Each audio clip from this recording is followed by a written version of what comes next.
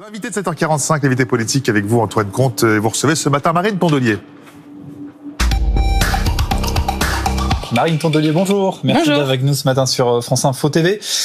Première question, c'est l'image politique de la matinée. Emmanuel Macron qui s'offre un bain de foule au Havre, dans le fief d'Édouard Philippe. Ça s'est passé hier soir. Qu'est-ce que ça vous inspire, franchement, ce bain de foule ? Je pense qu'il essaye de faire de la communication politique, comme il le fait toujours, de montrer que tout va bien dans le meilleur des mondes, avec son meilleur ami Édouard Philippe, dont on sait qu'ils sont à couteau tiré pour la préparation de la présidentielle 2027. Voilà, c'est ça aussi parfois la politique.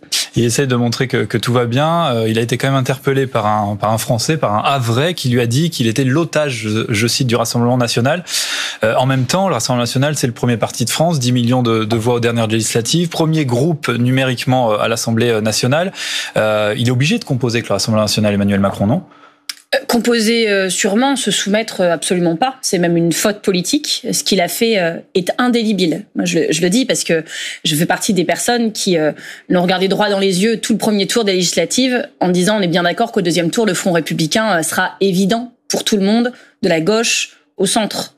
À la droite, on verra, mais au moins au centre. Et c'était pas évident pour lui. Il a fini par le faire. Mais on voit bien que ça a tenu le temps de l'élection et que les personnes avec lesquelles il a choisi de travailler, c'était la droite, sous l'œil bienveillant de l'extrême droite, et en fait en mettant Marine Le Pen en position de juge-arbitre, et nous n'oublierons pas. Après, moi j'aime pas le mot otage. Enfin, franchement, il y a des personnes qui sont vraiment otages dans le monde en ce moment, et on peut pas comparer ça, enfin, on peut pas utiliser ça comme image, comme métaphore. Moi j'aime pas trop cela.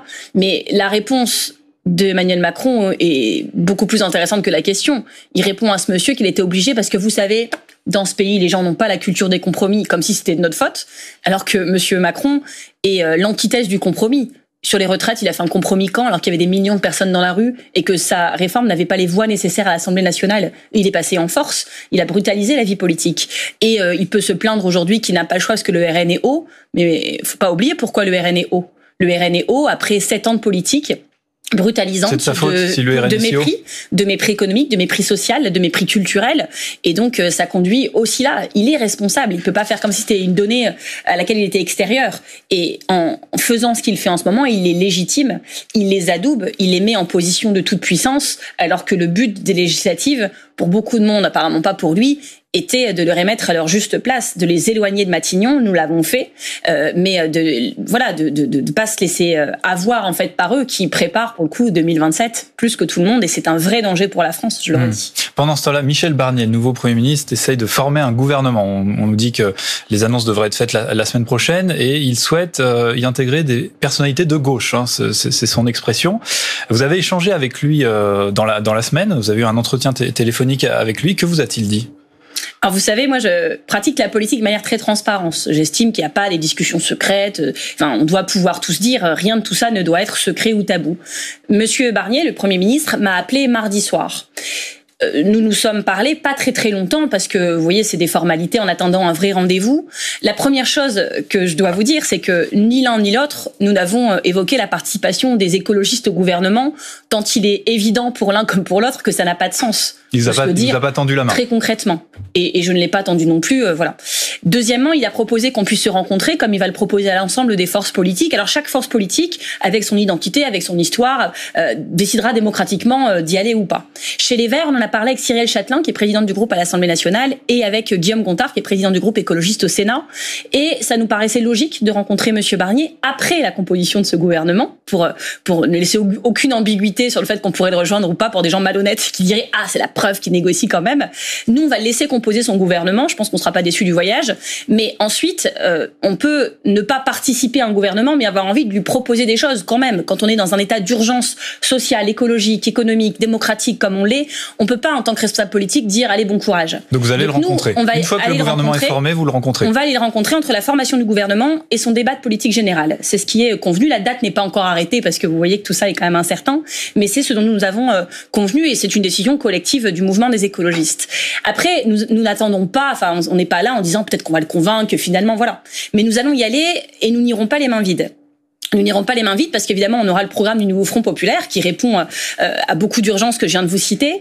Mais nous sommes un mouvement écologiste. Et en tant que secrétaire national des écologistes, mon rôle, avec Cyril Châtelain, avec Guillaume Gontard, est aussi d'aller transmettre en fait les alertes écologistes de ce pays. Et donc, ce qu'on est en train de faire, c'est-à-dire notre travail, c'est que l'on concerte en interne les commissions thématiques, les élus écolos, mais on consulte aussi les associations environnementales. On veut pouvoir être porte-voix de leurs revendications, c'est notre travail. Chacun est à son poste, les missions sont bien réparties et on consulte aussi beaucoup de hauts fonctionnaires qui travaillent sur les sujets environnementaux qui sont extrêmement inquiets. Ça fait quand même 6 mois qu'on leur coupe des budgets, qu'on leur dit c'est pas le moment, c'est les européennes, c'est pas le moment, c'est les législatives, c'est pas le moment, c'est les Jeux Olympiques. Et puis là maintenant c'est le moment pour de nouveaux sabrages dans leur budget. Et donc on va aller porter ces revendications et certains de vos téléspectateurs se disent peut-être merci d'y aller parce que nous aussi on a des choses à dire à Monsieur Barnier.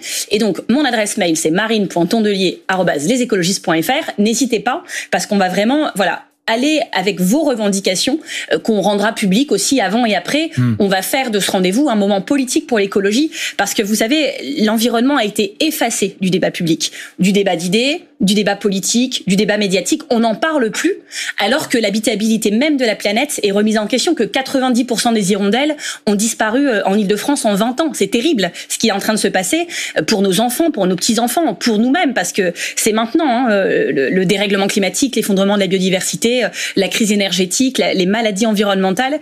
Et donc tout ça, on nous a vendu que Monsieur Barnier était le Premier ministre le plus environnementaliste que la France n'ait jamais compté. La barre n'était pas très haute vu les prédécesseurs, mais on va le prendre au mot. Et vous voyez, on a lancé une pétition aussi avec les écologistes cette semaine pour lui dire qu'il devait s'impliquer pour la libération de Paul Watson, qui défend les gens qui pêchent et qui chassent la baleine, alors que c'est interdit depuis 1986, mon année de naissance, mais je pense que Monsieur Barnier, lui, était un peu plus âgé à l'époque. Et voilà, mais Marine Tondelier, il a fait un tweet le 10 août pour dire faut libérer Paul Barnier. Il était politique. Aujourd'hui, les premiers ministres, libérer Monsieur Barnier du gouvernement Macron, libérer Paul Watson. Mais voilà, qu'est-ce qu'il va faire ? Moi, c'est ça qui m'intéresse. C'est pas ses paroles, son pédigré, ce que les gens en pensent, c'est ses actes. Vu qu'on dit qu'il avait plutôt un bon bilan, alors c'était une autre époque, vous avez raison, mais en tant que ministre de l'Environnement, on a peut-être oublié d'ailleurs qu'il avait été ministre de l'Environnement. Est-ce que vous avez l'impression de pouvoir influer et vous faire entendre finalement ? Mais vous savez, le problème, c'est pas le Premier ministre, c'est le gouvernement et les moyens budgétaires. Si c'est pour mettre Laurent Wauquiez à l'environnement, nous, on connaît ces politiques. Les Républicains, on sait ce qu'ils pratiquent tous les jours. Moi, j'ai travaillé au Sénat de 2011 à 2015 sur les sujets environnementaux, santé, sociale. Bon, les Républicains, tous les ans, ils nous resservaient leur proposition de loi pour supprimer le principe de précaution de la Constitution et le remplacer par un principe d'innovation. Parce que vous voyez, faire fi de la santé, faire fi de l'environnement, innover à tout prix, puis on verra après les conséquences. C'était ça leur politique. Et le principe de précaution, qui avait mis ce principe sur la table, c'était Monsieur Barnier. Donc moi, au téléphone, je lui ai dit, vous savez, je reconnais que vous avez pu être précurseur à un moment où ça intéressait pas grand monde, sauf les écologistes qui étaient déjà là. Mais vous voyez bien que vous êtes entouré de gens qui n'y comprennent rien. Vous-même, on attend vos actes. Et quand un Premier ministre annonce qu'il va devoir mettre de l'austérité et couper les budgets, on sait bien que la transition écologique ne se fera pas sans argent. Et on sait même que les plus grands économistes de ce pays disent qu'il faut investir dans l'écologie, que chaque euro qu'on ne met pas dans des dépenses publiques pour faire la transition, pour isoler les maisons des gens, etc., on le paiera beaucoup plus cher, cette inaction. J'aurais qu'on avance un tout petit peu. Donc il peut pas, en fait. C'est contradictoire. Ce qu'il prône sur le plan budgétaire est contradictoire avec ce qu'il prétend être sur le plan environnemental.